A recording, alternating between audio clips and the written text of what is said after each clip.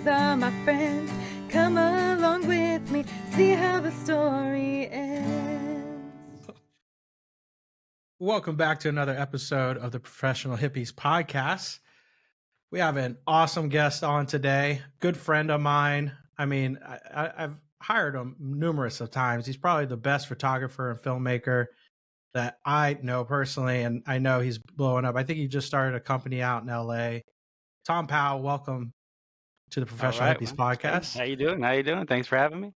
Oh, and the most important part about how your business, he's our editor, folks, for this whole I got you. this whole thing. He's the one popping out all pulling that, back the curtain. pulling back the curtains. Your guys' edits are actually my favorite because like you guys give me like creative control. Like the content is really fun to work with. You know, it's like it's always fresh, so it's really fun actually.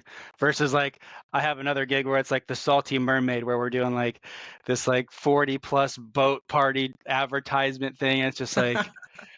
It's like, come on. I hope we're always the fun one. I hope every time you have clients, you're like, yeah, they're cool, but this one I have free reign to do whatever I want on it. Yeah, no, it's interesting because like you get to see a look inside of our minds, and then when we get the edits back, I'm like, so that's where Tom was at that day, huh? Yeah. Some days I see the professional Tom show up. Some days I see the wheels fall all the way off the wagon. He's like, I'm going rogue. You could see when it was like a 5 o'clock in the afternoon edit versus like a 1 in the morning edit. He's like, Chairman, I got to get these out of here. No, well, that is the thing. It's a time thing. So it's like there's a point at which like I'll probably like if certain content has more of a story to it, I'll spend more time with it, like developing more detail into it. And then obviously as I start running out of time that I can work on the series of edits, it's like, okay, I got to throw these last two together. But normally it's because those edits, the story's pretty weak. So there's not a whole lot I can do to jazz it up in the first okay. No, All right. It's not his way of telling him. That's his way of telling us to step it the hell up. Well, one of the things I was watching, I was watching a video today, and it blew me away how not entertaining the video was. It was like a video game clip or whatever, right? It's amazing how editing can change something though, because this video, there was no substance to it, but the different effects and the sounds and shit, it was like watching a casino machine or like an arcade game or something. Like my brain, I could feel the dopamine firing, and I didn't know. I'm like, why am I could give two fucks about this game, but something about it's just keeping me here. So the magic of editing, it's a thing. No, that's what they say. It is editing, and it's it's one of those things where it's a lot of the stuff is by design. So as you actually look into it of more of like an art, a lot of the elements that are incorporated in the edits are by design. Whereas like the first 2 to 3 seconds, especially in social media world, like you actually need something like a hook to really catch and engage the audience, so they remain glued to that 15, 20, 30 second or even over a minute clip. So it's like, and then the more people do that, the more competitive the market gets, and like the better your hooks have to be. So and then obviously there's things you need to do in the midway to keep their attention, like why am I watching this, so you have to like embed a little bit of story into your edits, or it at least will help maintain retention. So it's just one of those things where like knowing the elements of editing isn't just editing and putting flashy stuff together. Sometimes it's really knowing how to put content in that may appeal to a certain audience or demographic, as far as like, why does this question appeal to them, or what emotion are you kind of pulling on and trying to hint at. And once you can get an audience to see that and feel that, that's when you're really going to be able to retain their attention for the runtime or length of your video. Yeah, YouTube videos have kind of become long. Some YouTube videos, like the ones that I've been watching lately, have kind of become like long TikToks. Like you watch how many different things they're doing to keep, like Mr. Beast obviously is the case study of that. Like a million different things, angles and stuff always happening. And then you see some guys like the bodybuilder Sam Howell, maybe. His stuff is just, there's no editing. Really, it's just a dude with a tripod for like an hour just talking, and he's gone absolutely viral and mega following. So it's kind of interesting, the different kind of forms and styles. I guess I'm curious to hear like what got you into that world in the first place? Like, how did you stumble into that being a passion and a focus? Sure, yeah. So I've always been drawn to just images in general when I was a kid. Just like, there's people that are, interested in words and stuff like that. And I've just always been drawn to images, just looking at images. And then through my early childhood and into my, young adult life, I loved cinema. I've always been drawn to cinema. Um, and then just run the mill of just working dead end jobs. It got to a point in my life where I was like, okay, what are you doing? What are we doing here? Like, and so that was it. It was pretty apparent in my life what I was drawn to. So it was like images. So it was like, I just picked up a camera. I bought a camera one day and I was like, I'm going to learn how to take images. And it literally just started with photographs, just how do you, I always say to myself, you can't make a good film unless you can take a good photo, because a film is essentially 24 frames per second, whereas, those are 24 pictures per second. So if you can't take 1 frame per second, you're not going to be able to take 24 very well. So yeah, I just started there and then did photography for a long time. And, that's always going to be the foundations for my passion. But it is limited to me and the stories that I want to tell, because I do like the editing element and the layering and the emotion that you can get from cinema. Whereas you can still get that from photography, but in my personal opinion, you can say more with cinema. You can reach a deeper depth than with photography, than opposed to photography. So yeah, so it's just been a long road of just really just diving into photography and then just having that kind of evolve into the next thing. Okay, photography, then it was lighting, and then lighting was, okay, let's move to film. Film is kind of its own beast, even though you're using cameras. There's different technical aspects to it. And then I was learning editing, and then learning editing. And now I'm at the point where I've learned all that, and it's now time to learn story. So that's where my new endeavor is kind of pulled me into. When did that start? When did you go like, hey, I want to move into photography? Yeah, it was about 8 years ago. 9 years ago. Okay. Yeah. So almost at the 10-year master Yeah. mark, so they say, the 10,000 hour. Was that when I saw you at Sunset? Was that around the start of it? That you Yes. or was that? Yeah. And that was pure hobby stuff, bro. I just taking a camera wherever I went. There was like no money involved. I took a camera. I'm taking pictures wherever I go. I hired Tom as my wedding photographer, right? And our engagement photos. And the reason why I thought he would be so great, and we can edit this out, Tom, if you don't want it, but I don't care. him and I would be 3 sheets to the wind. I mean, we'd be tripping balls at these festivals, and I'd see him take these photos, and they are beautiful. I'm like, man, these things are great. He's taking and we all know a music festival, people are moving around and everything, and he's able to capture these, and he would show them to people and they would be like, wow, those are amazing. I can't believe you're able to catch that. And I was like, man, if he's able to do that, I know what level he's on because I'm on it. If he's able to do that, it's like Ninja Warrior for photographers. Right? Yeah. It's like, if you could do that, you're going to do awesome over here. I'm going to need to hire you. That was my favorite part of your wedding was like, Tom, you're such a hype man in the crew, right? Like people kept focusing on different. So at one point I found myself just kind of following Tom around. I'm like, he's just capturing the fun stuff. So I'm just going to kind of see the world through his lens for a little bit and be like, oh, you're right. There is like something fun going on over there. And I'd pop around, use him as a base, come back. Like, what's up, Tom? Oh, yeah, you're right. You're focused over there. I'm going to go over there. That looks fun. That was a fun wedding, man. That was a fun. Yeah. Yeah. I will never forget the breaking of the bread when you grabbed the bread and you just completely were like animal beast mode and just ripped this bread in half and started shoving it in your mouth. Like I look at those photos and I still like laugh today, and like inside it's just so fun. Yeah, that was a tradition where whoever got the biggest side of the bread or something was like, I don't know, head of the household or something. But then the other one was like whoever stomped on each other's foot after we got married was also like head of the household. So she got my foot, but I got the bread. So we're both leading the way, I guess. So. But I just wanted the bread. No, hold on. There was one other part where you were wasted, bro. And I think it was your cousin. We had this conversation. Your cousin, I will never forget this moment. Your cousin and you were dancing, and you just bear locked him, and you would not let go, and you just started like moving him around like to wherever you wanted to, like dancing with him, and he was so uncomfortable. It was hilarious. Perfect. Just watching him like Perfect. struggle to try to get away from you, but he didn't want to seem like he wasn't like willing to dance with you. It's great. I think my aunt got a video of that too, that she Really? sent me to Oh as my God, I well. gotta So see that was that. perfect. He's a very introverted guy, but I did my job then. He was a good dancer, by the way. Actually, he was one of the better dancers there. He was kind of on the dance floor. That's why he got interesting ones. uncomfortable, by the way, was because he couldn't break out all the dance moves that he was wanted like, to. God That's damn true, it, I'm that- locked that- in with this goober. They can't dance at all.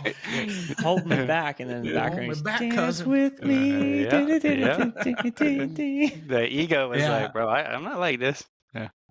But yeah, I saw you do that. What, Sunset, Halloween, Okeechobee? Like seeing you taking these photos, and I was like, yeah, definitely gotta hire. Oh, that those guy. are fun. Those are fun because, well, I mean, it's obviously more difficult when you're inebriated, like we are, all messed up and shit. But it's fun, or it makes it a little easier at times because of the production value. You know, it's all free lighting, it's Yeah. all I colored almost lights. gave you a tab to be like, I don't know, maybe that's a performance answer for him. I had, No, it is. I mean, give you me a obviously tab to see figure it out. things. You're like, oh man, what's that? What's that? You're like, okay. And then you'll be a little more risky and creative and abstract. So sometimes it works out, sometimes it doesn't.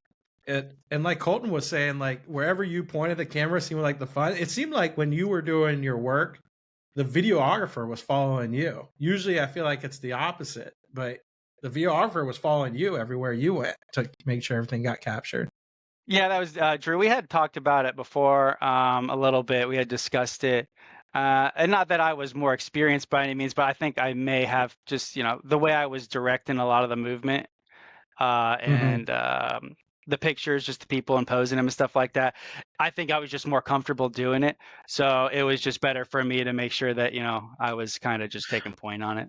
And I'll send you the video he created. He did a pretty good job. We got that Did he? over Thanksgiving. Yeah, I'll send that over to you. I So still you can talk see with the him. He's a editing. cool guy. Yeah. Mm-hmm. Yeah, I'll send that over to you. Pretty good. Hell yeah. What have you done with like any of the? I didn't want to interrupt earlier, but like at the music festival or just like fun project stuff. Like, what do you do anything with those projects? Do like you post them or is it just? So I actually, once again, so this actually goes back. This predates the 9 years when I really got into it. Once again, so I've always kind of had a camera like laying around. It was 9 years ago when I decided to take it serious and actually like, okay, I'm gonna learn this craft for money and like figure it out. But before that, I've always had a camera like a GoPro in my bag or a little point and shoot or whatever. So I've actually made 3 videos that I had on YouTube for a while, but I took them off. But I still have them. They're wonderful videos. But I have like a montage cinematic of the first Tomorrow World that I went to, and it was just GoPro in the crowd, just really action, go into like Diplo and all the the sounds of a festival, and just going with the crowd and making these crazy kind of edits. And then if you know anything about Tomorrow World, those stages like they're unlike anything else. So it's like one of those things where it's like, once again, just having those in the film is like amazing. And then we took an RV up to Electric Forest, and I did a video of that all the way up, time lapsing with the RV through the woods all the way getting there. And then when we're there going through the forest, capturing all that. And how crazy the forest. Have you guys been to the forest? I know you, Dylan. Yeah. No, I haven't been to Forest. Oh, you guys haven't been to Forest? Just you gotta go Forest. Just a Halloween. Yeah, I think that's one of the next ones to make it to. Oh, we're going to Forest. We got to get to Forest. It's one of the best ones. I think as we're like kind of planning the babies, the Forest has to happen. It has to happen. Has to happen. But to answer your question, so a lot of that stuff was, once again, it was just kind of in my hobbyist days, just figuring out, just doing it for fun. I really liked recording that sort of stuff.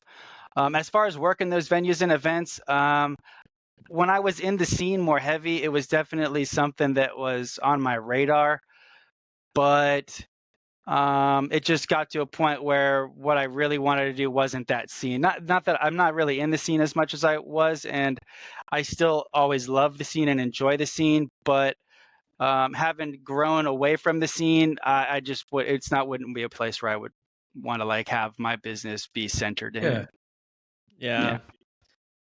Yeah, I think as the bones become more brittle, you're like, hey, yeah, absolutely.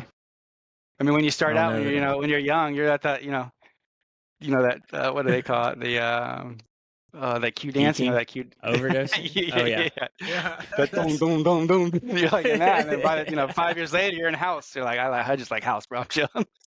Yeah. Oh, that's the natural progression to the house music. Like, oh, we All of can a sudden you talk in start this. hearing This is like nice. goose and lettuce, and you're like, oh, I get it. Them old heads were on to it. I can move a Yeah. little slower.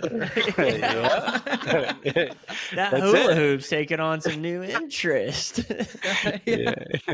Yeah, that's it, man.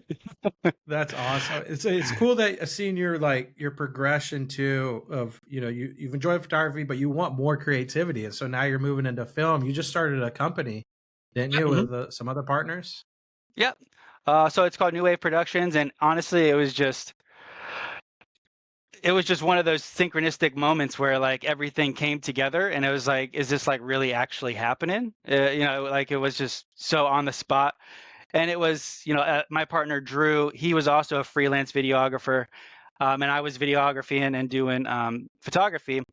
And dude, it was just so crazy. I was actually literally at the gym, and I just got this urge to call because I had the idea to do like a small feature film. Like I was kind of writing it, whatever. It wasn't even fully written. I was just like, just the urge hit me. I'm like, you got to get moving on it, whatever. So I was like, I called the first camera guy I knew, and I was like, hey, yo, what's going on? I actually had texted him on Instagram, and I sent him a DM. I was like, hey man, would you be interested in helping me out?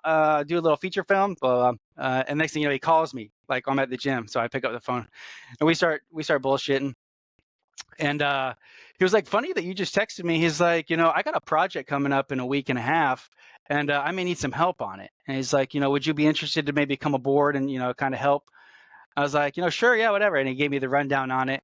And the project ended up being this lady, Elise Free Presents, and she runs these spiritual retreats in Guatemala, Iceland, and Egypt. And it's kind of like it's not like a psychedelic retreat, but it's more like a community based. They do a lot of like sound healing, stuff like that. The third eye is all the way open on that. Yeah, that's what I'm hearing. Yeah, vibrational stuff, Yeah. cacao ceremonies, stuff like that. I mean, it's definitely in the Sound sphere of bowls. it's in the sphere of the ayahuasca ceremonies and stuff, but it's also attached like biohacking. That's a new thing coming up. So, anyways, to get back to the story, like he's like, so we ended up doing this production. It was a 3-day production. She was doing it. She was shooting it in Snell Island. She has like an $8 million home there. So she's using that to like be the foundation and pivot point to like create all this content for these retreats that she's running, and she also runs retreats there.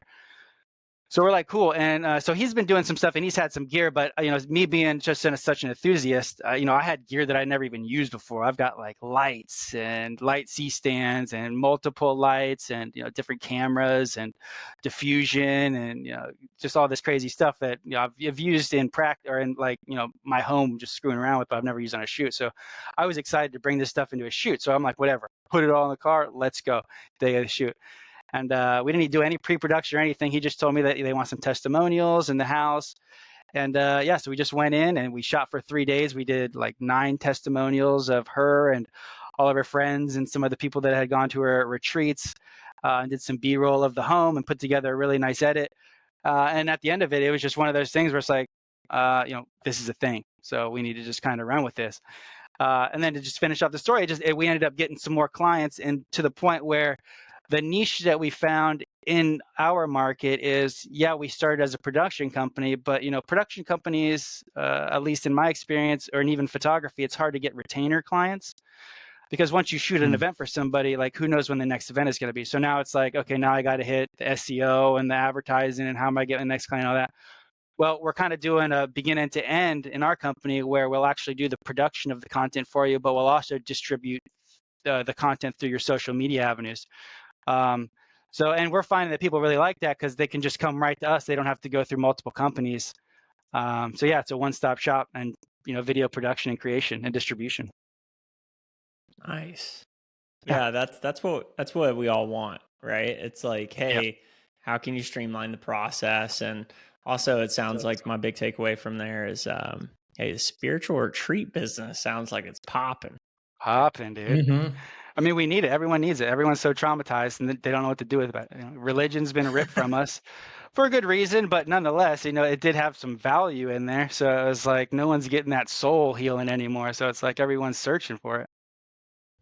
That's the thing that I found. I'm curious to hear like what you guys think about like I loved going to church. I legitimately loved worship and like just faith. And then once I wasn't like in that spiritual practice, it seemed like when I tried to find some like a different church to go to or whatever, it just swung so hard in the other direction. Like if I've gone to some spiritual things here in Austin, sometimes I just look around and I'm like, yo, what the fuck did I stumble myself into? It's like, can we just have like a church of cool people getting together, saying nice things about each other, and it being kind of like medium key woo, you know, not like high key channeling interdimensional beings or you know, prophets of what's going to happen. Like I don't think that's a fine line personally. I don't feel like that teeters anywhere, you know. I don't know. Yeah, fair enough. Yeah. What'd you say? What'd you say? I said Bonnaroo, Electric Bonnaroo, Forest. Yeah. I think you it's guys, you know what I mean? Oh yeah. I mean, I think that just comes with the territory of America and being free, and everyone's so individualized. It's like that's just what happens with the religions themselves. They become so individualized because they're allowed to. Whereas, like, you know, when we started the country, it was Christianity that was the one religion that moved over here with us. You know, and whether you believe in Christianity or not, one of the good things about that was building a country and trying to maintain a country is that everybody agreed on something. There was one agreement. You know, here's the rules, here's the basis. We're all in. You know, here it is. You know, and then when you take that away, you're taking away the literal bedrock of what you just built. So that's where we kind of are now, is where, you know, we've pulled these myths away from us. So now, you know, when we're in need of help, we have nowhere to turn to. So. And no Joseph hope, Campbell says, yeah, no hope, no purpose, nowhere to turn. And that's what, you know, Joseph Campbell talks about in the myths. He's like, we're in a state of despair because the myths are not being incorporated. They have to be rejuvenized with the times. As the times move on, the myths have to evolve.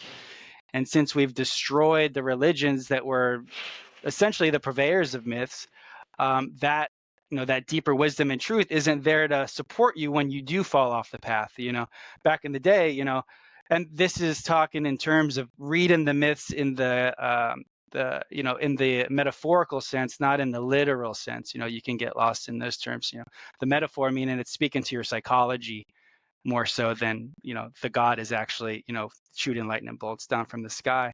But anyways, those were just places where you could turn to when you were in despair. You know, we just don't have that anymore. So that's why we're having more, at least I think, in my opinion, more mental illness and more, you know, serious neuroses and traumas. Where do you pump the brakes, Tom? Where's your line of fucking woo or wacky? Like, where do you like, you know, are you like just laissez-faire? I let everything into my brain and my belief structure, or is there some line where you're like, hey, that Atlantis is a little too far, maybe?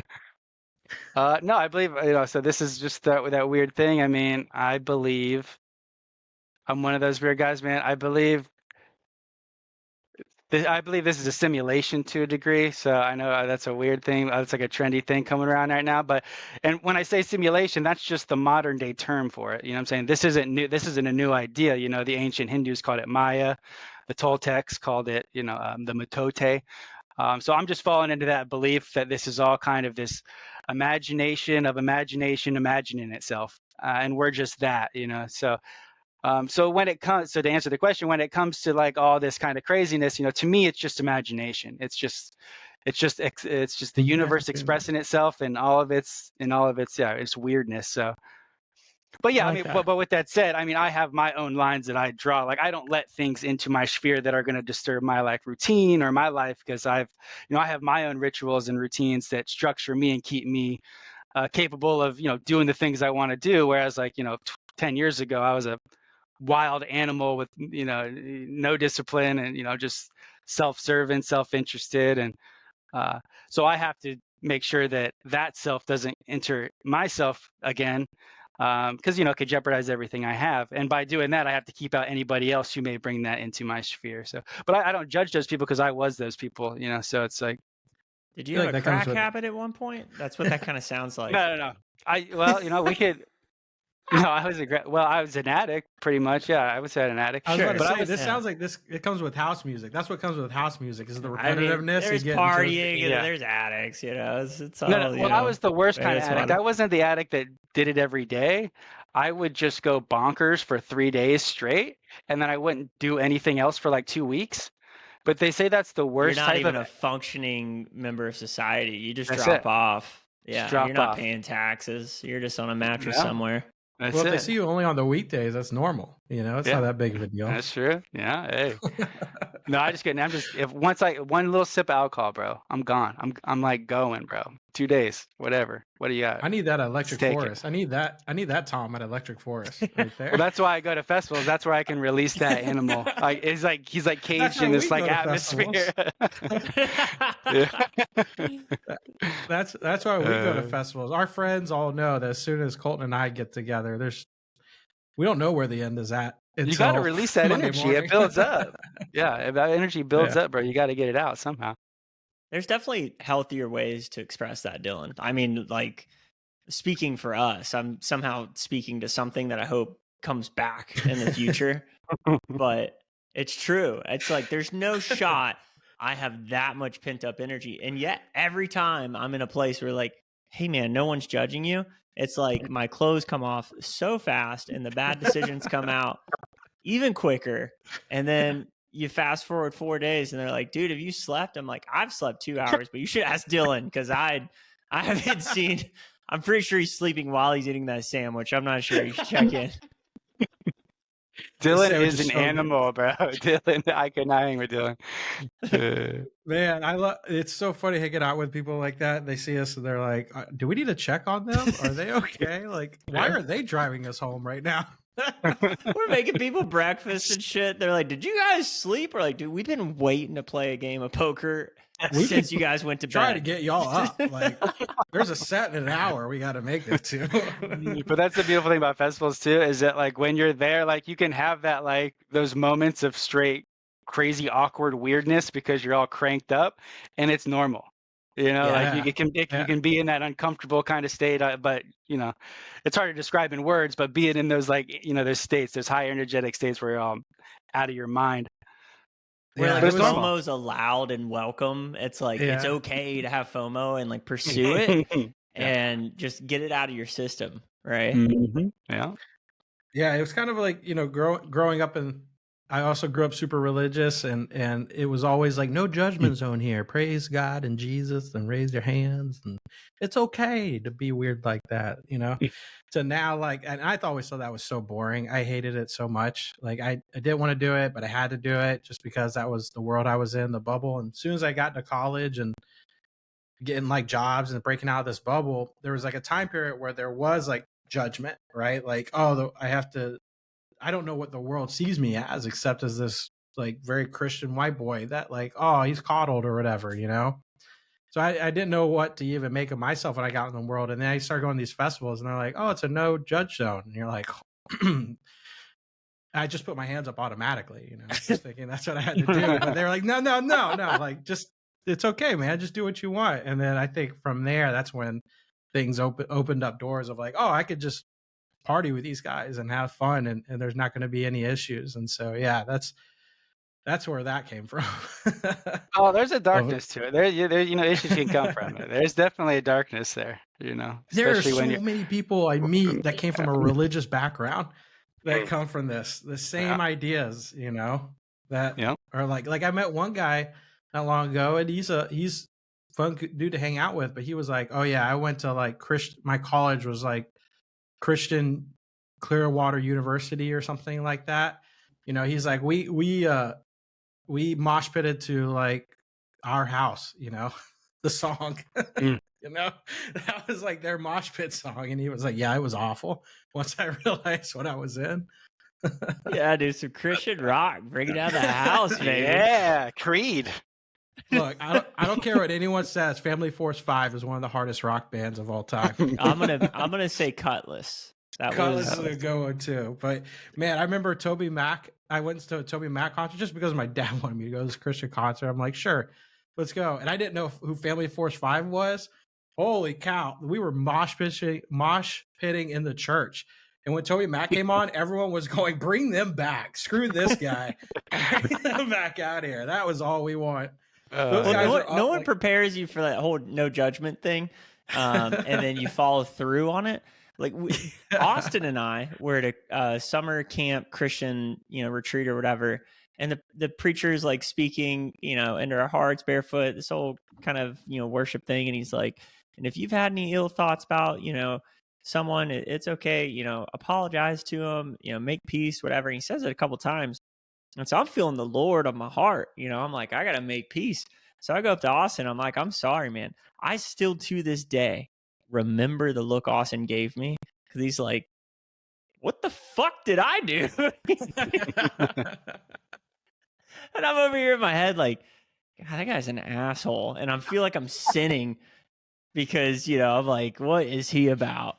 Yeah, so you got to be prepared for the repercussions of your actions on that. Imagine doing that. He's like, it's no judgment zone. And you just go to your pastor and be like, I think you're a fake motherfucker, dude. See that demon come out. You ain't one of us, man. You just want my money, Man, yeah, so what other stuff do you like to do, Tom? Like besides, because I've only seen you like at the music festivals, professionally, and then what do I like to do these days? Honestly, man, I work. I just work a lot right now, just because I got a lot of that stuff out, man. I got all that partying out, Yeah, I got a lot of it out, and I still enjoy it from time to time. But it's, I am under the understanding that it ain't never gonna be what it was, So. And it was fun. And it was. I'm done chasing the dragon, brother. I've already chased it. It doesn't even work anymore. Some of them don't even work. I'm like, all right, there's no even point. You want to test that? We can.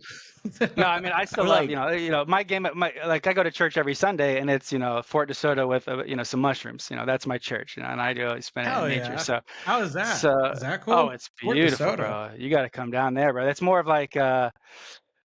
There's just sea life there. You go and there's like starfish all around. There's snails everywhere. There's stingrays. There's dolphins jumping. It's like, you go to the beach in St. Pete Beach. It's, there's bars and volleyball nets and all that. It's like, that's cool if that's what you want to do. But, for me, just take a little mushrooms on Sunday and just go to the wire. I love that idea. Yeah, that sounds awesome. I have this little canopy, this like unfoldable umbrella. Just dig into the ground. So I got a little shade, bro. Just take some, towel down, and sometimes I'll just lay there and just put something over my eyes and relax, and then just go jump in the water and just. It's beautiful. It's a good refresh. You're gonna be like the 60-year-old guy at the beach doing that. What up, brother? I hope so. That's really good at Frisbee. I'll tell you what, though, when you're done with it, like at the end of the day, when the sun's coming down and you're like coming off the mushrooms, like there's been times where I feel like I'm a Native American. I feel like a man. I'm like, okay, this is what it's supposed to be like. Like I'm touching nature. There's water. I've got salt all over me. I'm sweaty. Just the smell of it. It's like, okay, this is what it feels like to be like what I'm supposed to be. I totally get that. I get that a lot on trips where when you're actually connecting to nature, you're like, this is the way it was supposed to be. And then that sinister side, like kind of what you alluded to earlier, like there's a dark side to the madness and the fun and the releasing of like what is essentially a bender at a festival, right? Mm-hmm. And then I get this like weird sinister thought because I'm like, I feel like the Indians were living in respect and communion with nature. And then here come the white people with their guns, germs, and steel. Great series. Highly recommended, by the way. And then I'm like, how did nature let that happen? It's almost like the organism of Earth was operating it the way it was supposed to. Like the biome was in order, essentially. And then it's almost like white people somehow were like this cancer that metastasized and took over. And so sometimes that just comes up in my trip. When you're like with nature, you're like, I am definitely supposed to be interacting with you more. Like this feels good for me. And I kind of like personify nature somehow. And I'm like getting an echo chamber back of like, yeah, man, I miss you too. Like I want you to interact with me more. Like I want to know you and you know me. And then I'm like, okay, let me get on my fucking iPhone real quick and take a note of this. I'm like, fucking, what? Like, it doesn't. Never gonna read that again. I have a theory on that. I have a theory on that though. So you say the white man versus like the Native American man. My theory is that it's the ego, and this is gonna go kind of far out there, but tell me what you think about it. So like you have the Native American man, they were definitely more centered in community and tribe, and I do feel like there was probably less ego in that because everyone was kind of pitched into the community. But we'll just use them as like polar opposites. We'll just say they had less ego, and then the white man has more ego.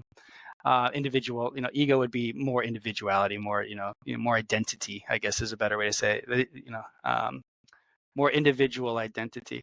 But anyway, so if you look at the modern times, like the culture and the creation of our cities and our just our culture in general and everything that we do, from our entertainment to our activities, like has been built by an ego. And if I like to think of the ego as the Toltecs call it a parasite. They say it's a parasite in you.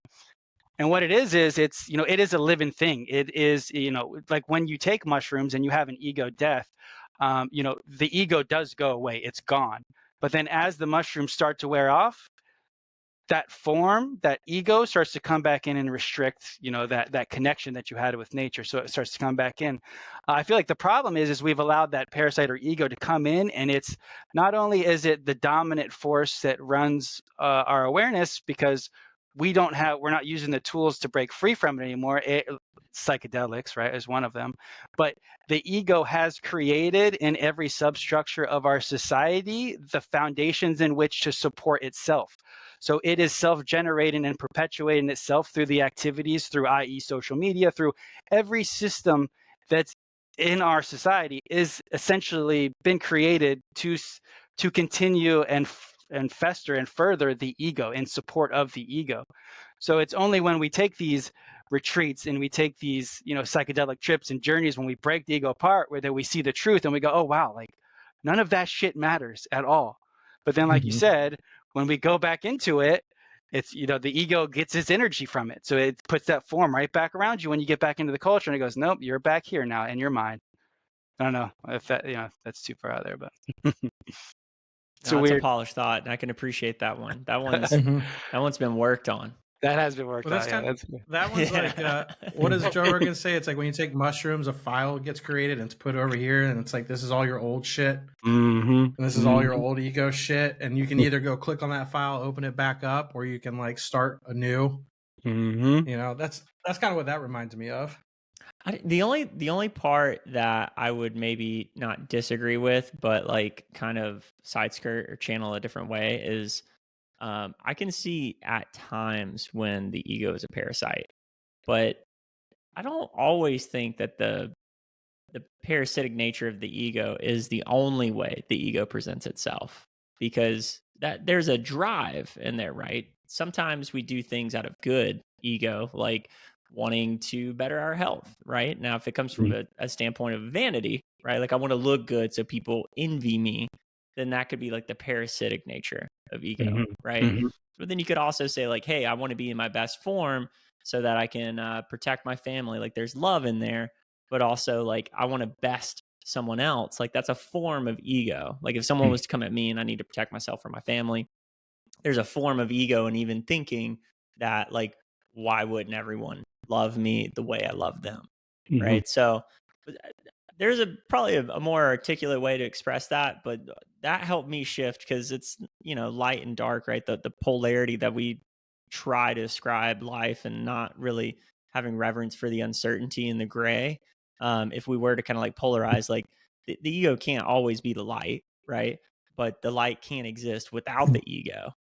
So I think you're right. Yeah, it's just it is more of a gray area. It's like it's more of a liquid. It's like it's a mesh. It's a merging of it, and there's extremes and polarities to it. But like you said, I think the foundation, the source, would be like love or pure consciousness. So the further down you get into that, the more connected you get with that ego that is less selfish, and then is more in line with like the attributes that you said. But the tricky thing is that the ego is it is a trickster. They call it in mythology. The ego can be a trickster, and it can trick you. So even when you always have to question why you are doing something, because you say you give that the bum the dollar or the food or whatever. Are you doing that to get into heaven? Because if you're doing it to get into heaven, now that's your ego. It's tricking. It's like are you barred by golds of iron, or are you barred, or chains of iron, or chains of gold, right? The ego will work in both inflections, so it's very tricky in that way. Once you think you got a hold of the ego, it goes to it knows exactly where to go to like reposition itself to like, like a wrestling move to get you back in its kind of grip. So yeah, but I think, the more that you get closer to that source, the more you are allowing the ego to be less in control. So then you can actually make decisions that are still in line with the source too, or have that be the motivating force, I guess. Yeah. I think if you kind of trace things back to like the source of consciousness too, I think we talked about this on a different podcast. I don't remember which one it was, but we were kind of giving our different perspectives on, what the meaning of life is. And one of the things that came up when you're expressing that is like, I think in a sick way, like the source of consciousness, the light, if you will, love, the love pool, just wanted to experience itself in kind of this like fucked up way, like the imagination, playing out the imagination, wanting to be the imaginator. And so I think, consciousness got bored and was like, let's see what the other side would look like. Let's create something so we can experience ourselves through this different lens. And so it's like, as much as we want to ascribe ego or pain or death and these things that we don't want, I think if we go all the way back, we got really bored, at the source of consciousness, and we're like, this is somebody's electric forest. This is some. No, I absolutely agree with what you just said. Created this and was like, all right, I got my wristband. Let's go. No, I absolutely agree with you what you said. I mean, and that's what Alan Watts was a big proponent of that. He says, we are gods, forgetting that we're gods. He was like, this is it. Like when you wake up and die and you see that you're God, you're going to be like, oh, that was a fun play, And then he has a famous line that he says, it's really beautiful. I'm going to butcher it real quick. But he pretty much just, he goes on this like kind of little, this little rant, and he says, imagine for a moment that you can, for 70 years time, you can dream any dream that you'd want to have, right? So within 70 years time, you have a lifetime. And then in that dream, you were essentially like a god, and you could have all the pleasures of food and sex and drug and all of that you will have in 7 years of time. And then when you come out of that, you go, wow, that was pretty great. But what am I going to do now? So then you'd have another 70 years of time. And in that 70 years of time where you'd want a little spontaneity, you'd want something where you didn't know. So you'd add a little bit of ignorance in there. Well, I don't know that I'm God anymore. So I don't know. I don't want to know what's around the corner. And then you would essentially, as you continue to live lives, you would just get further and further and more risky with your gambles until you essentially get to the place where we are now, where we don't know shit. Or you have a micro penis. That's a rough life. When you're on the other side, you're like, I want a micro penis. Let's see what this is about. I am so tired of piping down. I just gotta know.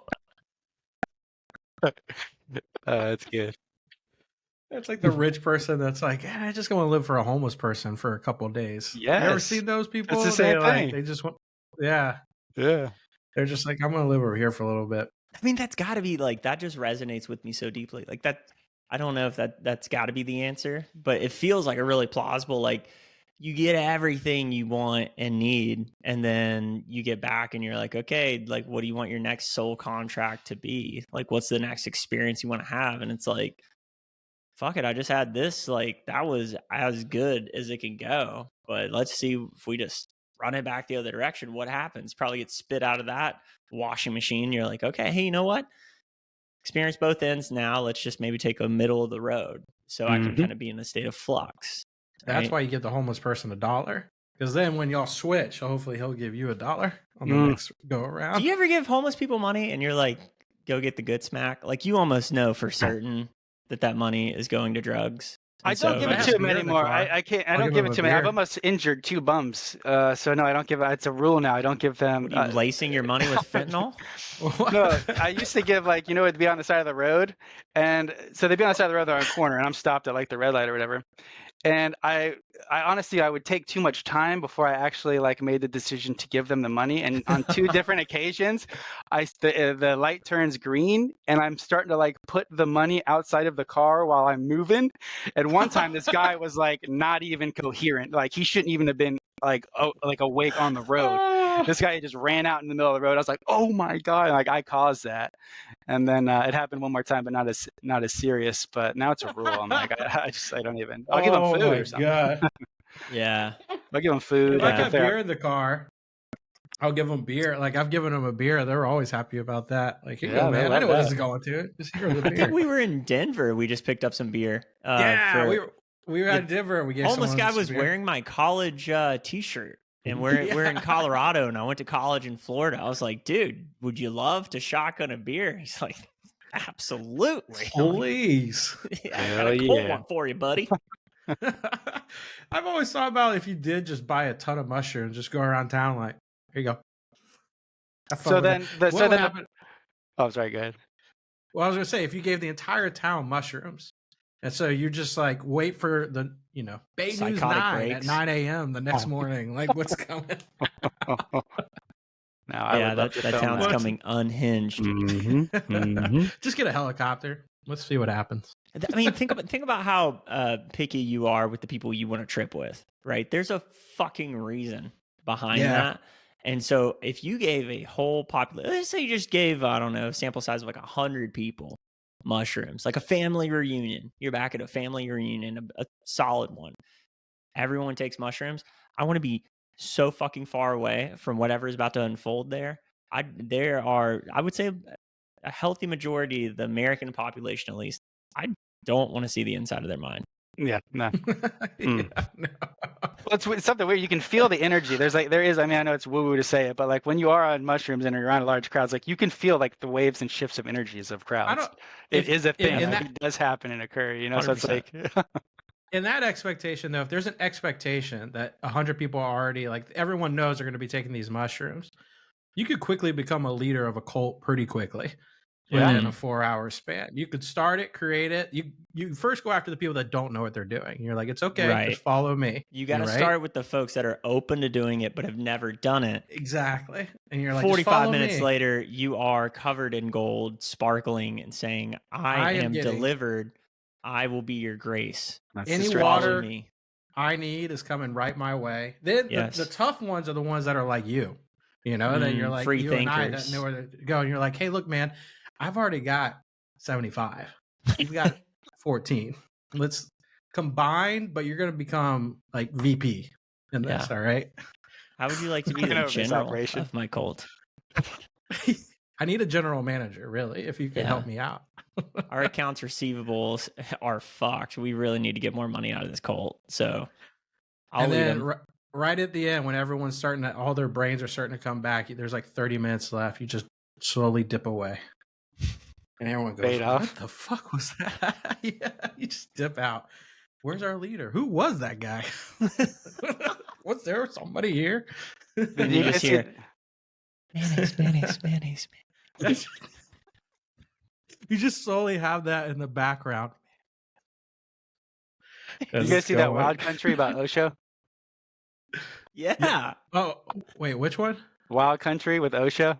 That story. Oh yeah, wow, Wild Country. Oh yeah, how did nobody ever hear about that? Like when I watched that documentary, I'm like, why does this not like? Did you ask your parents about it? I asked my parents about it. I asked. They didn't heard about it. Yeah. How? That was the craziest thing ever. I'm like, they're not showing local news clips. I mean, they are, but I'm like, they're showing like. You guys didn't have fucking internet going on. Like, I mean, a little bit, but like, it was the news. Not a broke local news is my guess. And the government's like, we don't want people to know how easy this is. It was on the biggest news networks, though. Yeah. like that's the spotlights they were showing. Well, it was also, I mean, fair enough, Colton. It's our parents. Like, just yeah. Were they watching it? Probably not. Breaking news: free thinkers in the West. All right, up next, why you shouldn't vote for this man. Breaking news. They figured out the workaround. Let's up next. I wonder what would have became of it if they did, if that little town would have rolled over and just said, fuck it, this isn't worth it. Or if they just would have like left them alone. I wonder what that would have turned into. My suspicion is probably the exact same thing, right? Like it would have eventually kind of just tumbled into something terrible. But I think Osho was an actual enlightened person. Like when you read his readings and you like listen to him talking, I think he was just one of those enlightened people that were like, all right, I'm enlightened. I'm gonna live this thing out like fully. I'm like, he went the opposite way of all the other enlightened people. He's like, what we're talking about. He's like, I figured it out what this is. I'm just this being running around in this imaginative thing. He's like, I'm living it. He just had like It did 25 seem Rolls like Royces, big diamond rings and watches. He's like, I'm just living. it definitely seemed like that chick took control a little bit Oh, and yeah, was yeah, trying yeah. to take advantage of. Like, he was doing his thing he's always done, and then she was like, we could really make some money on this, Mm-hmm. and took control of that. And then that one guy was a lawyer, like one of the top lawyers that he had on his side, and that was his other That's right true. hand man. Yeah. So he It had goes two back to what we were talking people. about earlier, like the hope and purpose, right? They tapped into the vein of hope and purpose, and I think that's something that every religion does an amazing job of, is providing certainty. And once you have certainty, it's a wrap. It's like, okay, like this makes me feel good. It's like any other drug, right? Like, I don't know. We talked about on the podcast one time, like, once I understood the perspective of why someone wants heroin, it's not because they want to go steal a bunch of shit to get heroin. It's because they feel love. And that might be the only way they can feel love. So they do whatever they can to get that feeling. And they just kind of block out all the other bad. They're like, no, the bad, it's worth it to get where I need to go, want to feel, etc. Well, you're actually in line with a theory of the Rosicrucians, and they called it Luciferian energy, which is like devil energy, and Luciferian energy. I can't remember the name of the other one, but the other one was like earth energy, right? And they like the Rosicrucians thought that, like, when somebody does become a heroin addict or whatever, they're actually reaching out for the love of God again. They just want that pleasure that you feel when you're like that freedom that you get. I don't know why it's called Luciferian energy. I haven't dug too much into it, but there was just this sentiment that was given by this guy when I think it was R.B. Marcus's podcast, and he just made a lot of sense in their when they were speaking about it. To think about it metaphorically, they were just speaking about the energy and forces of like nature. So even though the term Luciferian is attached to it, it's not the devil. It's just these are ways to talk about energies which you can only talk about by giving them some sort of description. So yeah, right in line with that. Yeah. Energies kind of trip me out, like chakras. Yeah, I don't know. I mean, imagine how much of a mind fuck it would have been to discover that waves are a thing that essentially bind all energy together, and the waves are made up of particles. Or maybe I have that reversed, but like some of the fundamental stuff that we don't question anymore, like this desk is moving, like we're all in flux kind of thing. Like that's something that like we scientifically can prove. And then we move into something that is a little bit more abstract, on the fringe, like a chakra, having different points of energy throughout the body. And I don't know, I still have a tough time kind of coming to grips with that, even though there can be things that intuitively feel and sound right, because it doesn't have like a scientific proof or measure or metric, I guess, attached to it. It's still a tough thing for me to kind of come around to. I do subscribe to Hinduism to a essential degree, or to a degree, because the way I look at, like, say, the chakras would be like they're trying to communicate to me energies and impulses of my system, my biology, that science doesn't tell me about, or they do it in a way which is more resonant to me. Whereas, like, your lower chakras are your animal, your middle is your heart, and then you have your higher chakras, which is our intelligence or our higher selves. So, when I just think about it in those kind of terms, it's placing a definition on my behaviors, really, in a way that I could kind of go, oh, I see what's happening here. This is my, my libido. This is my lower chakras kind of coming into play, and that's why I'm, getting in this activity or whatever, or or vice versa. If I'm lost in work and I'm in the creative mode or whatever, this is my higher chakras kind of coming into play. And I think the point that they try to say is to bring the two into the heart.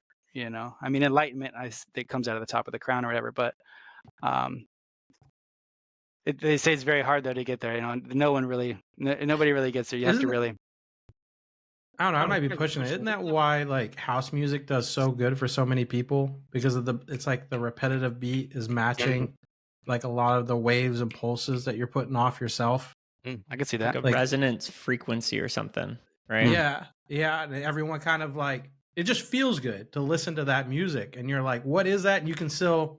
Someone said to me once too, like, because the beats are matching, is why you can like still kind of talk to people pretty well. It's not like such a higher or lower frequency that throws things off because it's matching. You're able to have conversations with people around you a lot easier. That was just something. Well, the But to go great back to- Kanye did say that 808s are the frequency of the devil. Oh, really? 808. 808. That's the bass. 808. Boom, Throw 'em boom. up. Well, back thought to it the was science thing. Skrillex, I mean, science, there's a lot of higher end scientists now that are saying, even what we think about science is fundamentally wrong in a small or growing sphere of science. Our essential basis for what science is built on right now, the scientific method is built upon the foundation of time and space. And the mathematics of a lot of current new age scientists is actually pointing to time and space is doomed as far as the foundations for science. So, and they're, these rogue kind of scientists that are like diving into this realm of non-time and space. Essentially, if they were correct, would upend everything we know about science. So while I love science, it's just one of those things where I think it's just so incomplete that not having the one piece that we don't have makes the piece we do have that much more incomplete, because it doesn't even make sense unless we get that other piece that we're missing. It's beneficial to us, very much so, to the technologies and all that, and health and all that.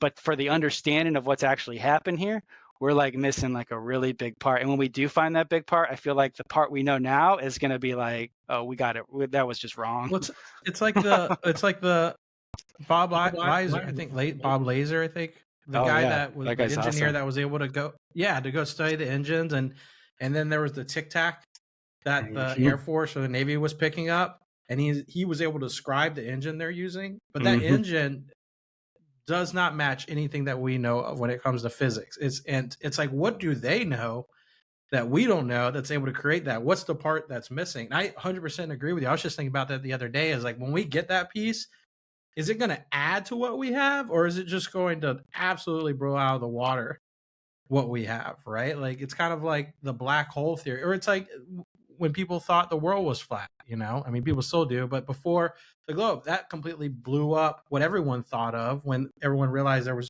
orbiting, right? And then there was gravity that threw everything off. So it's like, what's that next thing that's going to just throw everybody off? You got to imagine that it's going to be the AI that we're building, like a sentient like intelligence that can process information in quantities so much higher than what we're able to do now. That, like, something I saw the other day, I saw a clip that Putin was with, I think, some China advisors or ambassadors or something like that, and they ran America's moon landing images through Google's own AI detector, and that it was spitting back that the images, at least that they had processed, right, just in the short video that they were promoting, were fake. And they're like, and so Putin was like, I mean, is this something we came up with? And they're like, no, like, this is Google. Like, we are showing you what the Americans made. We use their own instrument to process the images, and so we don't know why it thinks it's fake. It's just saying with a high probability that it is fake. So you get, I mean, that's what I lean into, is that, like, we build something intelligent outside of ourselves that can point to something and kind of break it down into terms that we can understand. The same way, like, if we were to be able to communicate with an ant and be like, hey, I can see a lot of shit and understand a lot of shit you can't. If that ant could somehow communicate with us, it would just kind of have to take it at face value. Be like, okay, like, sure. I would agree with that. Yeah, I think so. I would agree with that. Yeah, that would be the thing that we can't get it, but we build something that does get it and then relays it to us. Yeah, that's private. Dude, have you seen that? I just there's a new Eminem video that hit my YouTube feed the other day, and I got this buddy, like, we're Eminem fans or whatever, and I was like, dude, Eminem's back out with a new hit, like, and I listened to it, I'm like, this shit is awesome. It had The Weeknd in it and Kendrick Lamar. Listened to it like 50 times. Yeah. It's a full music video. I texted to him. He's like, bro, that's AI. AI wrote the entire thing, all of the lyrics, all of the vocals, all of the visuals, AI. I was like, you're kidding me, right? And it was so sick. Like there's no way you can tell the difference. You literally can't tell the difference. So then I did further research into the music industry. Like this AI is going to upend the entire music industry, like completely. I wasn't privy to that, but yeah, it's crazy. Yeah, the tools and OpenAI just released GBTs, I think a week ago. So now they're upping the amount of access that like private developers, and because right now it's all kind of running through like they're building it to kind of fit inside the infrastructure that they have set up, and now they're kind of opening up that infrastructure to make it even easier for their APIs to connect and the backend systems to be able to get what the resources they need to kind of build their own GBTs. Ooh. So, I mean, give it a couple years and we're going to see really cool and freaky developments. I don't know that it'll cause nuclear war anytime soon, but... You remember that fiasco recently with OpenAI CEO? With Sam? It's just like, Sam Altman. Did they ever find out? Crazy. Did they ever find out what happened? Dude, he's back as the CEO. Okay. And nobody knows what really happened, why they got at him. It says here, Microsoft joins OpenAI's board with Sam Altman officially back as CEO. So he went, they let him go. He goes to Microsoft. Then Microsoft joins. He becomes the CEO of Microsoft's AI. Then Microsoft joins the board of OpenAI and then makes him CEO. Apparently, one of the members was kind of leading this kind of nefarious tactic to sell to a competitor. So like that's what they were trying to kind of do, like a little bit of a coup. And the employees were like, "You're fucking crazy." It's one of the few times you ever seen like employees all sign a signature to be like, "We're going to leave if this guy doesn't come back." Yeah, I imagine whoever got that 2 a.m. text from Microsoft shat themselves and was like pressing the big red button, like all hands on deck meeting. All hands on deck. Yeah, someone notified the Microsoft people before it happened, which was what is even crazier. So I wonder who that tip off was. He's got great ideas. If you watch the podcast, anything that he spoke on, he's got really good ideas, and like his ideas about where it's going. I mean, he's very open about, there's definitely, it's going to, there's negatives with it and they're going to be exploited, but that's anything. Just from a business, it's literally anything. Hamburgers can be exploited. They are exploited. So it's like, that's a present tense for sure. I've seen a hamburger from McDonald's in a box for 10 years. It doesn't mold. Doesn't mold. It's gonna get you, bro. It's illegal somewhere. So, all right, Tom. So as we kind of come to a close here, we got one question we like to ask all of our guests. All right. Have you heard this question? No, I haven't. No. You think I would, being your damn editor? Now I'm nervous. It's an easy one. It's just, hey, if there was one question you asked, if there was one question that you wished more people asked you, what would it be? If there was one question I wish more people asked me, would be, hey, how are you doing? And like really meant it, like, hey, how are you doing? And like put their arm on my shoulder and just, just simple stuff like that. I think I would appreciate that a little more. That's a good one. Is that too? Okay. No, that's a little beautiful. too hippie woo woo for no, just kidding. Yeah. Oh, no, great, man. Sometimes thanks for coming on. Yeah, no, thanks for having me, guys. It's been great. Yeah. Thanks for coming on. Thanks for being our editor. You do such an amazing job for us. I mean, when we were looking for editor and you sent us those examples, I texted Colton and I was like, "We're cool with this, right?" And he was like, "This is exactly what we're looking for." Yeah. Nailed it. No, I have a lot of fun on your guys' stuff, and please feel free to give me any critiques or anything. I love getting your guys' ideas if you want something a certain way. I mean, that's fun too to collab. So I know you guys give me the creative right to do a lot of stuff, but I'm sure you guys got some ideas too. If you ever, you're the creative director on this, man. You make those funny TikToks for us. I laugh, dude. Out of all, I'm not even joking. Out of all the work, like I laugh editing your guys' stuff. I would just all the stuff that you guys were talking about and we're creating. I'm like, it literally makes me laugh. I'm like, this is cool. Okay. This is why awesome. I hate it. Yeah. Awesome. This is why we do it for you, buddy. Hey, well, let's when you get down here, Colton, let's grab some dinner, dude. Yeah, man. So I'll grab some dinner. Awesome. So if anybody out there is listening to this and needs some help and support, Hey, head on over to our friends at testkitplus.com/professional hippies. You too can trust strangers. And if you resonate with this podcast, feel free to leave us a review and drop us any of your critiques in our DMs. But hey, we love you guys. We'll see you next week. Peace.